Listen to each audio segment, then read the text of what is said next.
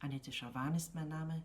Ich bin die Vorsitzende des Kuratoriums der Stiftung Erinnerung, Verantwortung und Zukunft. Die Stiftung erinnert an die Barbarei in der Zeit des Nationalsozialismus.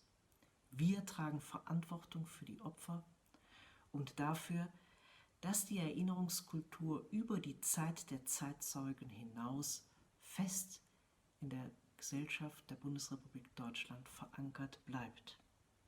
Wir sind davon überzeugt, dass die Zukunft Seismographen braucht, um die wiederkehrenden Gefahren von Hass, Ausgrenzung und Gewalt früh zu spüren und ihnen entgegenzutreten. Am Europäischen Holocaust-Gedenktag für Sinti und Roma verneige ich mich vor den über 500.000 Opfern, die in der Nazizeit verfolgt und ermordet wurden. Frauen, Männer, Kinder. Der Tag erinnert uns auch daran, dass die Auseinandersetzung mit dem Antiziganismus in den meisten europäischen Gesellschaften erst in den Anfängen steckt.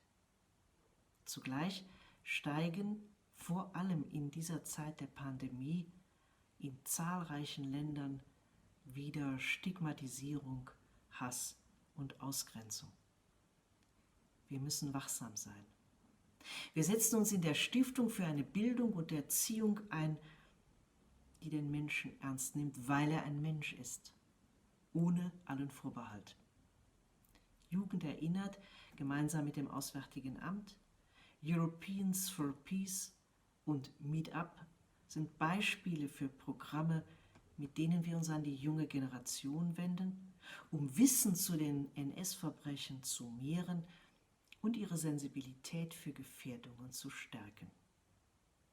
Gefährdungen, die entstehen, wo neue Vorbehalte aufkommen. Wir fördern lokale Projekte der Erinnerung von Roma-Organisationen in ganz Europa. Wir unterstützen Überlebende des Genozids in Ost-, Mittel- und Südosteuropa. Die Stiftung erreichte 2019 rund 2000 Überlebende. Ein Prüfstein für die Anerkennung des Leides ist der heutige Umgang mit dem Denkmal für die in der Zeit des Nationalsozialismus ermordeten Sinti und Roma. Die Stiftung EVZ will schließlich Sinti und Roma so stärken, dass sie ihre Rechte heute wahrnehmen können. Es werden Projekte gefördert, die von Angehörigen der Minderheit selbst durchgeführt werden oder sich prioritär an sie wenden. Projekte, die schließlich zu neuen Bündnissen führen. Ja, auch das stimmt. Sinti und Roma können uns helfen, wirksame Bündnisse zu schließen, die sich gegen die Verfolgung von Minderheiten bis in unsere Tage hinein wenden und die ganz besonders, das ist die vielleicht größte Gefahr in unseren europäischen Gesellschaften, neue Vorbehalte schüren. Vorbehalte gegenüber den anderen, Vorbehalte gegenüber den Fremden, eben Vorbehalte und konterkarieren, was gemeint ist, wenn von der Achtung des Menschen, eben jedes Menschen, die Rede ist.